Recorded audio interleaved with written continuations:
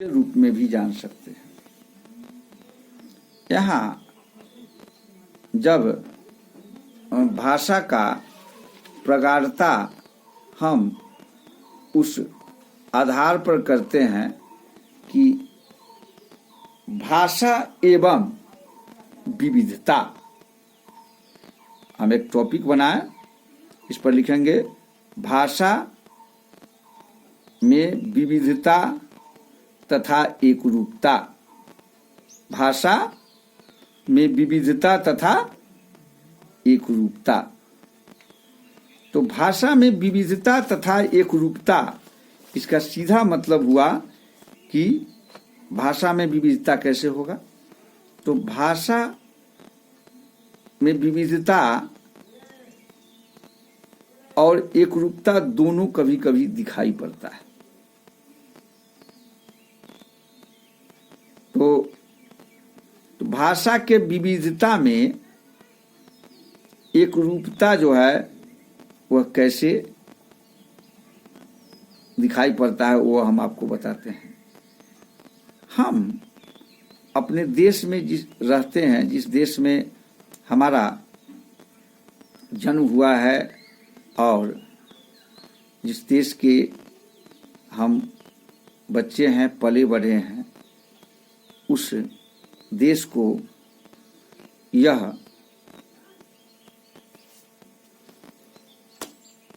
उस देश के लिए हम अपने प्राणों की भी आहुति कर देते हैं, कर सकते हैं।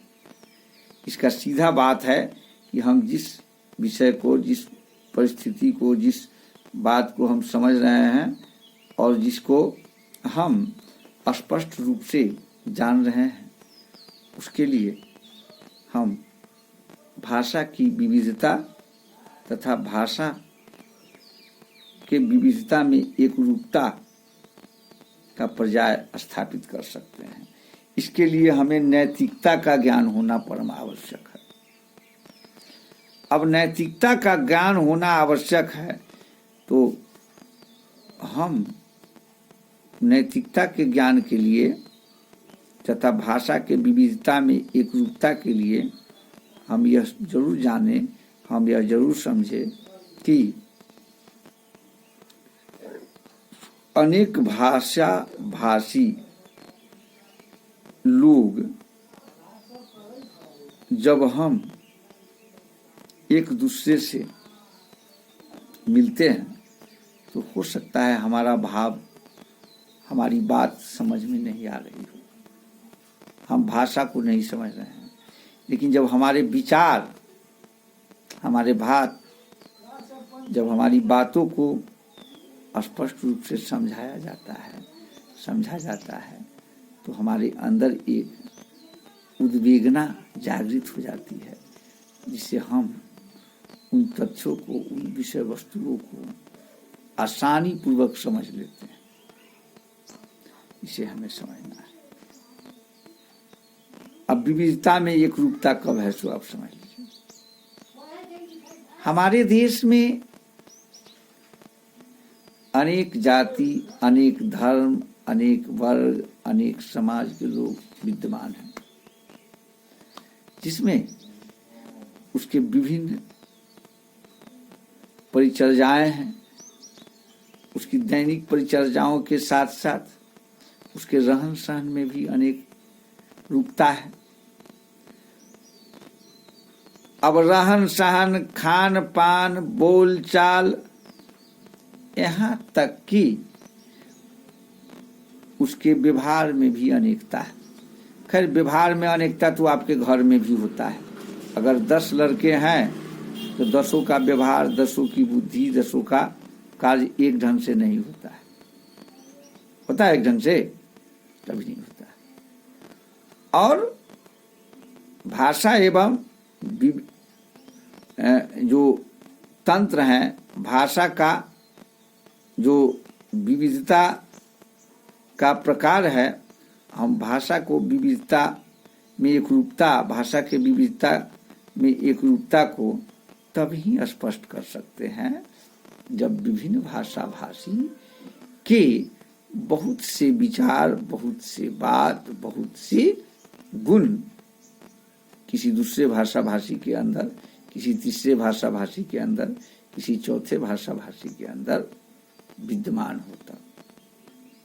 हम सबसे पहला यह है कि हम लोगों के पूर्वजों ने, हम लोगों के गुरुजनों ने बताया है कि अहिंसा परमो धर्मः, किसी जीव को नहीं मारना चाहिए।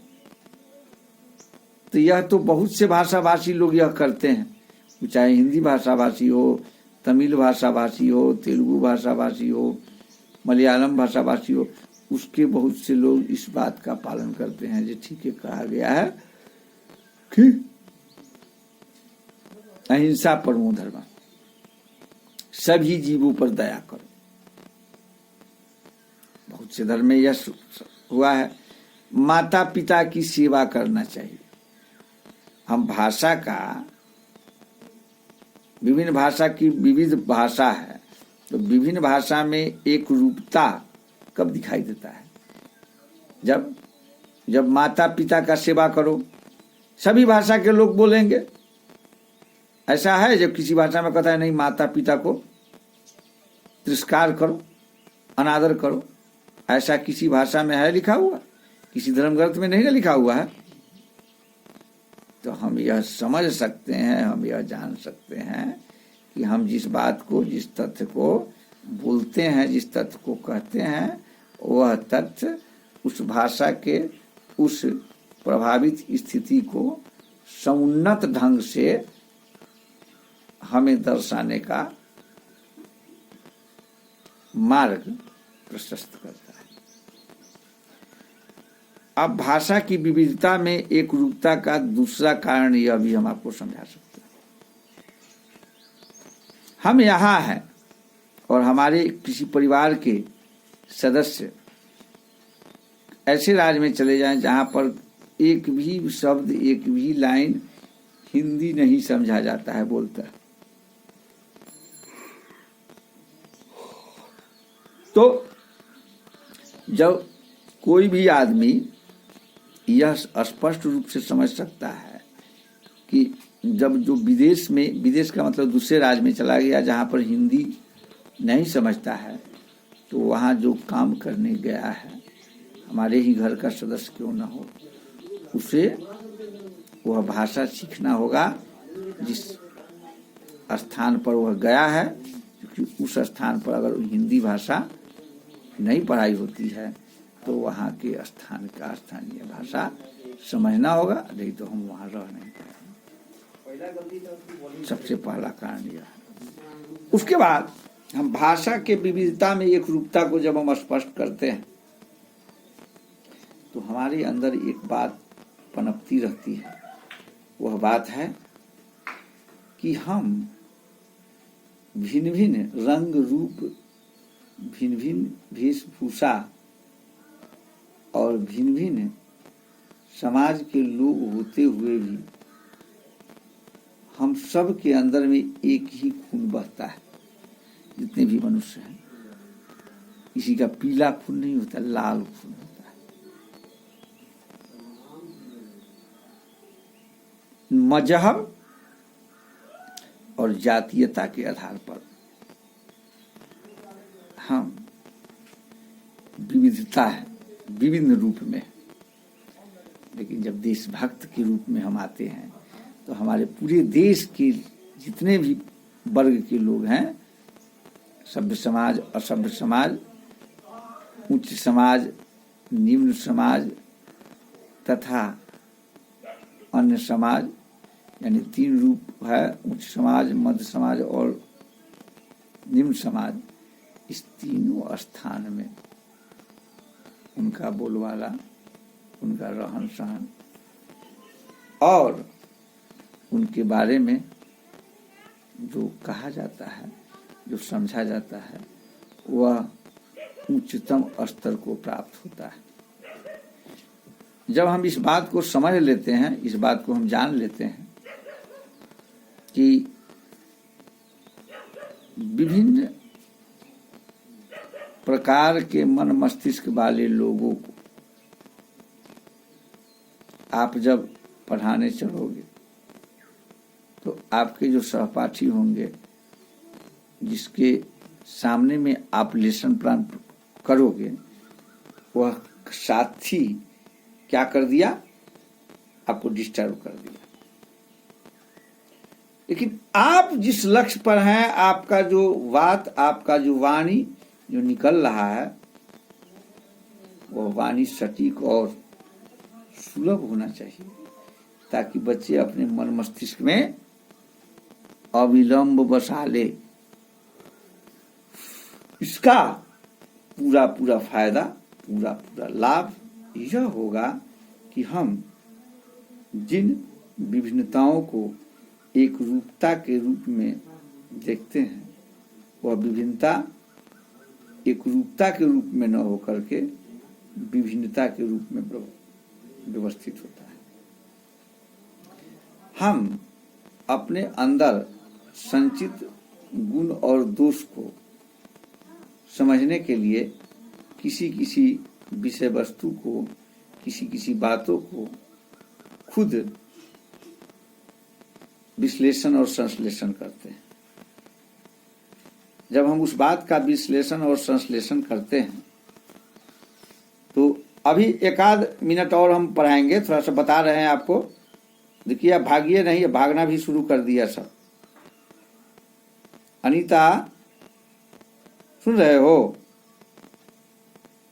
हाँ, तो भाषा के विविधता में एक रूपता को हम जो देख रहे हैं, तो उसमें हम यह देखते हैं कि विभिन्न मन मस्तिष्क वाले लोग, एक ही परिवार के क्यों ना हो, उसके अनेक विचार हैं, उसके भाव भी अनेक हैं, लेकिन जब परिवार के सभी लोग एक साथ होते हैं तो उसमें एक रूपता भी झलकती है।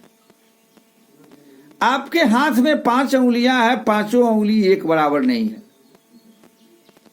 लेकिन अगर इसमें से एक उंगली कट जाए तो हाथ कैसा लगेगा? अच्छा लगेगा? नहीं लगेगा। उसी प्रकार हम एक भारतीय हैं। हमारे देश में रंग, रूप, भेष, भूषा अनेक जरूर है, लेकिन हम उस पुष्प गुच्छ की तरह हैं। जब एक बुके में, एक गुलदस्ते में तैयार होते हैं तो कितना अच्छा लगते हैं, और एक माला में पिरोए जाते हैं तो कितने अच्छे हैं। तो हम लोग बहुत पहले पढ़े थे कि हिंद देश के निवासी सभी जन एक हैं, रंग रूप भेष भूषा, रंग रूप भेष भाषा, कोनो भेष भूषा भी कहते हैं। गांव में जब किसी भी बात को बोलते हैं लोग, तो भाषा और भूषा, अरे भूषा क्या है भाई? भाषा तो सब जानता है। तो कभी कभी एक शब्द को बोलने के लिए दूसरा शब्द उसके साथ जोड़ता है। तो हिंद देश के निवासी सभी जन एक हैं, रंग रूप भेष भाषा चाहे अनेक हैं, प्यारे प्यारे फूल गूथे माला में एक हैं। तो यहाँ हम यह समझ गए, यह जान गए कि हम भाषा का आंतरिक तथा बाह्य संरचना को अगर हम विभिन्न रूप से ही क्यों ना उच्चारण करते हों, लेकिन जब हमारी सभ्यता और हमारी पहचान सुव्यवस्थित होती है, तो हम एक मनुष्य हैं, हमारे अंदर एक मानवता है, हम भारतीय हैं, और उससे भी बड़ा हम एक ऐसे समाज के निर्माता हैं जिस समाज में बहुत से प्रबुद्ध और ज्ञानवान लोग रहते हैं। इसलिए आप कभी भी किसी को छोटा नहीं समझ सकते हैं, और जो आदमी किसी दूसरे को छोटा समझता है वह सब समाज की गिनती में नहीं आ सकता, और उसके अंदर एक रूपता का प्रभाव कम जाता है। इसलिए हम विभिन्न लोगों को, विभिन्न मत के मतानुसार, मतांतर के लोगों को हम एक करने में अगर सक्षम हुए तो तभी हमारी एक रूपता दिखाई पड़ेगी। इसलिए हम आप लोगों को बता दें कि एक वर्ग कक्ष में अनेक छात्र होते हैं। उस अनेक छात्रों को हम एक रूपता, एक ज्ञान और एक प्रकार के उन सभी तथ्यों को बताते हैं जो उस सभी विद्यार्थियों के द्वारा ग्रहण किया जाता है, और ग्रहण करने के बाद वे सभी विद्यार्थी अपने आप को यह पूर्ण रूप से आश्वस्त हो जाते हैं कि हम इस विषय वस्तु को समझा और इस विषय वस्तु को जाना। तो आज अत्यंत यह हमारे अंदर रसानुभूति, ज्ञानानुभूति का प्रभाव है, जिसके कारण हम विविधता के प्रभाव को हम एक रूपता का प्रभाव समझते हैं। यानी विविधता में एक रूपता वह तभी हो सकता है जब हमारी भाषा प्रखर हो और हम उस ज्ञान को, उस बोधात्मक दृष्टिकोण को, उस संबंधित विधाओं को हम अपने अंदर स्वच्छंद विचार से उतारते हैं, स्वच्छंद पूर्वक समझते हैं तथा स्वच्छंदता से उसे किसी को बताने की कोशिश करते हैं। आज जब ही हम अपने अंदर के भाव को, हम अपने अंदर के विचारों को जब आदान प्रदान करते हैं तो हमारे अंदर का जो कलेश है, हमारे अंदर का जो विकार है वो समाप्त हो जाता है और हम उसके साथ हो लेते हैं। हो लेना मतलब साथ हो जाना। हो लेना, होली यानी साथ होना। तो हम साथ हो लेते हैं और जिसका सबसे बड़ा और आनंददायक स्थिति यह होता है कि हम अपने अंदर के जितने भी दुर्व्यवहार, दुर्व्यसन तथा अंदर के महत्वाकांक्षाओं का जो वृक्ष होता है, उस महत्वाकांक्षाओं के वृक्ष को एक रूपता का आधार देकर उसे हम सभ्य एवं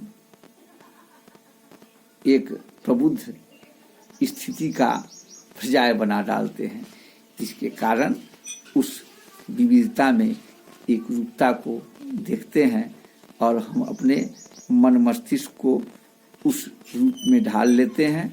क्योंकि एक रूपता में बल है, इसलिए ठीक ही कहा गया है कि जब तक हम लोग एक होंगे हमें कोई अलग नहीं कर सकता और फूट डालो और राज करो की नीति पूर्ण रूप से समाप्त हो जाती है। इसलिए यह जानना हम लोगों के लिए परम आवश्यक है कि हम विविधता को एक रूपता में ढालकर उन सभी तथ्यों, उन सभी बातों, उन सभी विषय वस्तु को पूर्ण रूप से और व्यवस्थित होकर समझ सकते हैं, जिस विषय वस्तु को हम पहले से कुछ कम जानते हैं।